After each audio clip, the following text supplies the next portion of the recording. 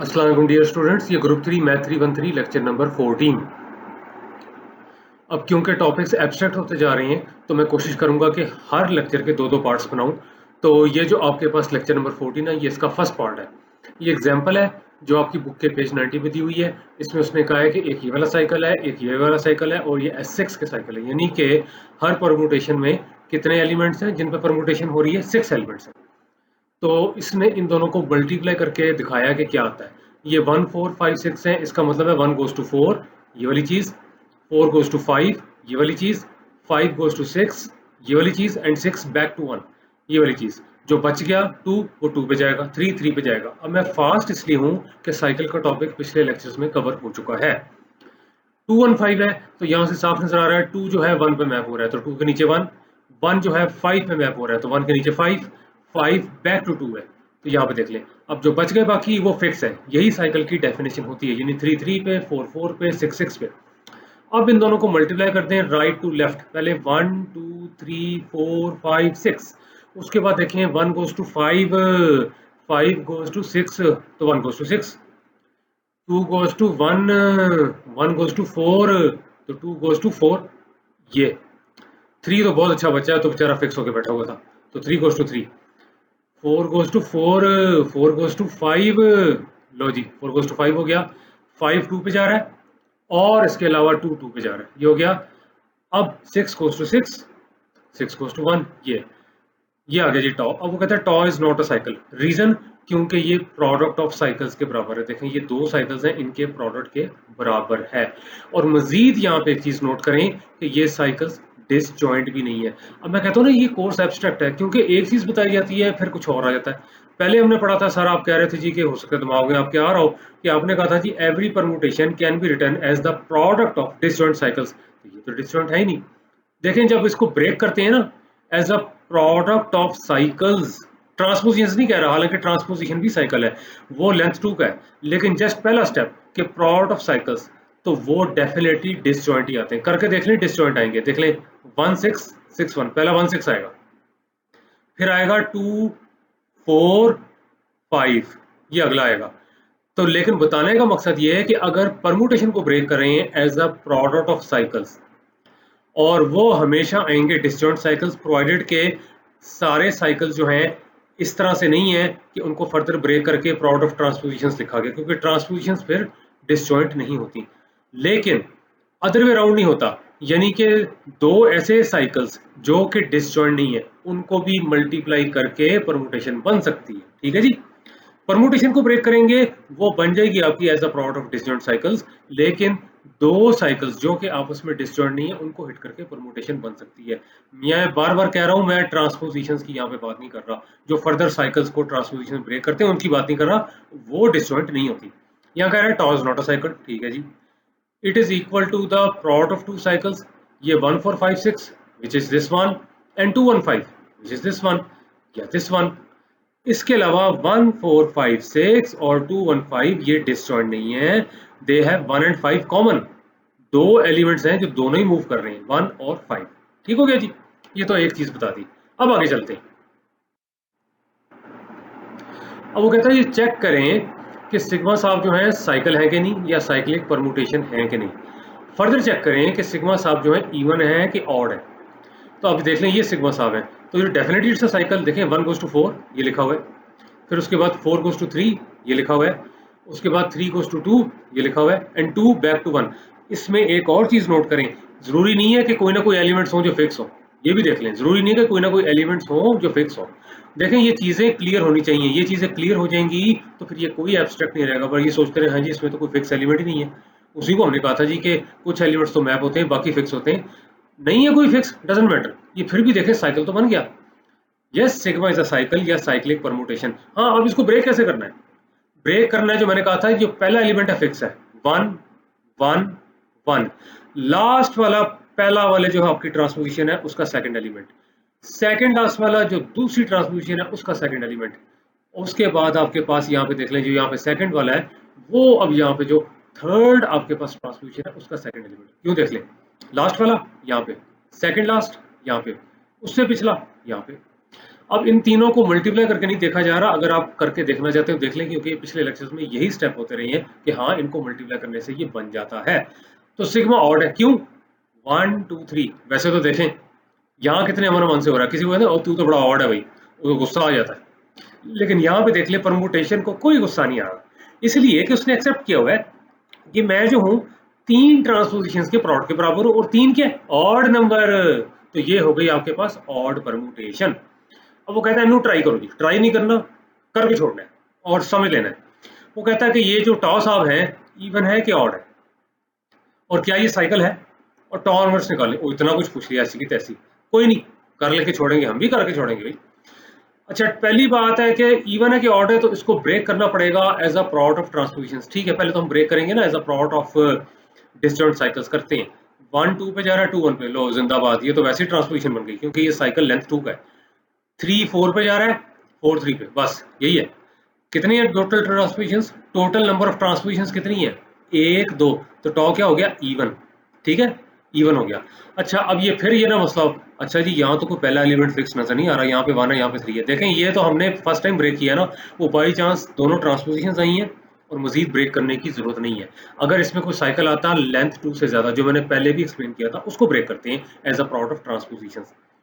अब वो कहता है कि tau is not a cycle because it's a product of cycles. तो उसने कहा is tau a cycle? No, ये प्रोडक्ट ऑफ साइकिल्स है। इज टॉ इवन और ऑड? ये इवन है क्योंकि दो ट्रांसपोजिशंस के प्रोडक्ट के बराबर है, दो ट्रांसपोजिशंस के प्रोडक्ट के बराबर है। अब वो कहता है टॉ इनवर्स निकालें। देखिए टॉ इनवर्स जो है ना, या एक परमुटेशन है, उसका इनवर्स कैसे निकालते हैं, that was done in lecture number 11। Lecture number 11 यहाँ तो डायरेक्ट लिखा हुआ है, और बाई चांस इसका इनवर्स ये खुद है। जुबानी समझने की कोशिश करें। मैंने क्या तरीका बताया था? मैंने कहा था जो नीचे वाली रो है वो ऊपर लिखें, ऊपर वाली नीचे। ये तरीका है, वो परमुटेशन नहीं होगी। फिर एलिमेंट्स को रीअरेंज करना है। रीअरेंज का मतलब कि पहला 1 ही हो फर्स्ट रो में, दूसरा 2 ही हो, तीसरा 3 हो, फिर 4 हो। ठीक है जी।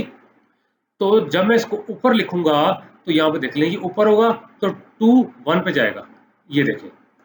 इसको जब मैं ऊपर लिखूंगा तो यहाँ पे देख लें, ये ऊपर होगा, ये नीचे, तो 1 2 पे जाएगा, ये देखें 1 2 पे जा रहा है। इसको 4 को ऊपर लिखूंगा तो 4 3 पे जाएगा, ये देखें। इसको जब मैं ऊपर लिखूंगा तो 3 4 पे जाएगा, ये देखें। ठीक हो गया जी, ये सिचुएशन बन गई, ये मैंने कर दिया है। यही है कि ये जो आपके पास सेकंड रो, इसको फर्स्ट बनाए, फर्स्ट को सेकंड बनाए, फिर एलिमेंट्स को रीअरेंज करें, ये बन जाएगा। और डिटेल इसकी हुई थी लेक्चर नंबर 11 में, यहाँ भी मैंने बता दिया है। और इसको भी ब्रेक करेंगे as a product of transposition. ये साइकिल तो 1 goes to 2, 2 goes to 1, पहला साइकिल यानी कि ट्रांसपोजिशन ऑफ लेंथ 2, या transposition which is a cycle of length 2, ये ज्यादा बेहतर है कहना।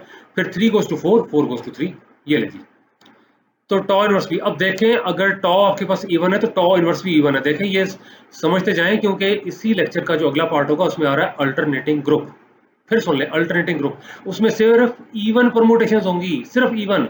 यही यहाँ समझाया जा रहा है कि आइडेंटिटी परमुटेशन इवन, अगर एक आपके पास परमुटेशन इवन है तो उसका इनवर्स इवन, मसले हल हो जाएंगे सारे।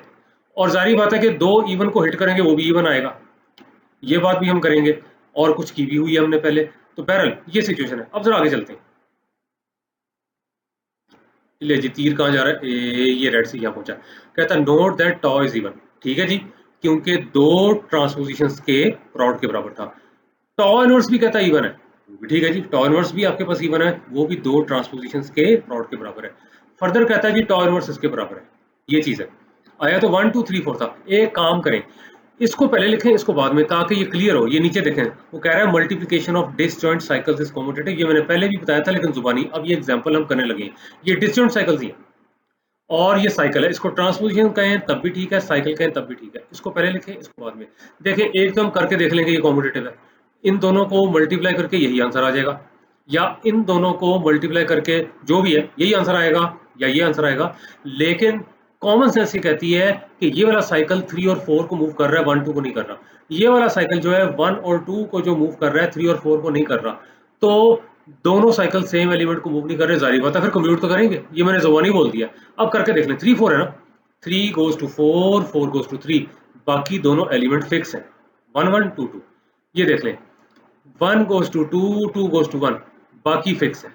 ठीक है जी, अब मल्टीप्लाई कर लें, 1 2 3 4, 1 goes to 2, 2 goes to 2, ये लें जी। 2 goes to 1, 1 goes to 1, ये लें जी। 3 goes to 3, 3 goes to 4, ये लें जी, 4 goes to 4, 4 goes to 3, ये लें जी, यही टाउ है, यही टाउ इनवर्स है, ये देख लें, यही था ना 2 1 4 3, वही आया। तो इसको पहले लिखें या इसको पहले लिखें, ये देख लें, 3 4 को हिट कर ले 1 2 से तब भी वही आ रहा है, 1 2 को हिट कर दें 3 4 से तब भी वही आ रहा है। तो इसका मतलब है कि दो चीजें आ गई कि मल्टीप्लीकेशन ऑफ डिसजॉइंट साइकिल्स ये कॉम्पिटेटिव है, ये वाली चीज इसी के बराबर है। लेकिन ज्यादा इंपॉर्टेंट चीज है कि अगर आपके पास टॉ इवन था तो टॉ इनवर्स भी आपके पास इवन ही है। एक और की पॉइंट सुन ले जो आगे जाके बार बार रिपीट होगा, ये तो कम्यूट कर रहे हैं क्योंकि डिसजॉइंट है।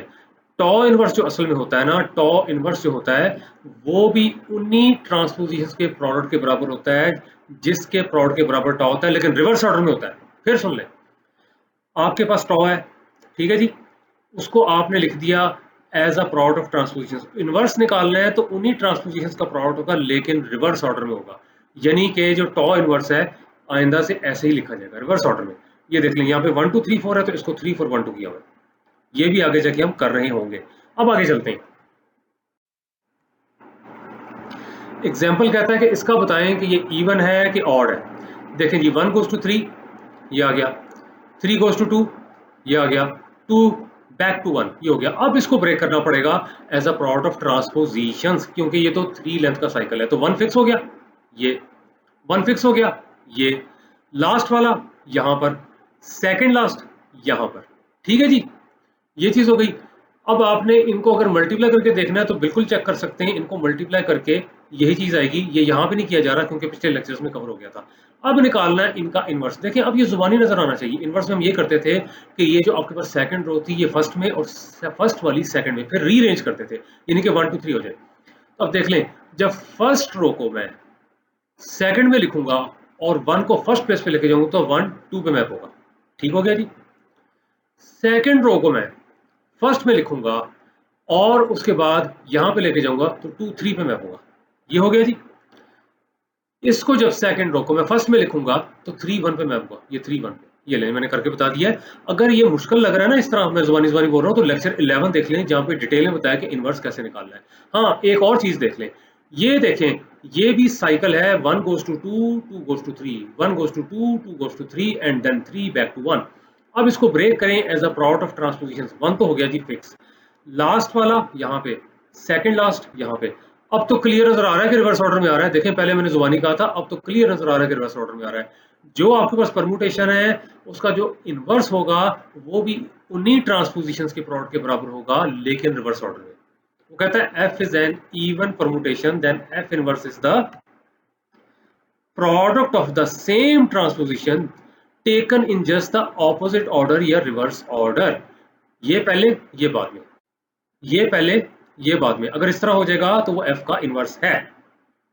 तो फिर पढ़ ले, if f is an even permutation f inverse भी product of the same transpositions होगा taken in just the opposite order as in the previous example। ये देख ले, f साहब ये थे तो f इनवर्स रिवर्स ऑर्डर में उन्हीं ट्रांसपोजिशंस के प्रोडक्ट के बराबर था।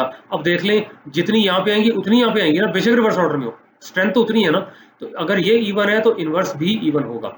अगर यहाँ तक आपको पता लग गया तो बड़ी अच्छी बात है, क्योंकि अगली स्लाइड से स्टार्ट हो जाएगा अल्टरनेटिंग ग्रुप, और वो जो ग्रुप होगा ना वो इवन परम्यूटेशंस का ही होगा, ठीक है जी, ग्रुप ऑफ इवन परम्यूटेशंस ही होगा। वो फिर हम करेंगे अगली स्लाइड से, यानी कि लेक्चर 14 के सेकंड पार्ट में। अब वहां पे इंशाल्लाह ताला मुलाकात होगी। अल्लाह हाफिज।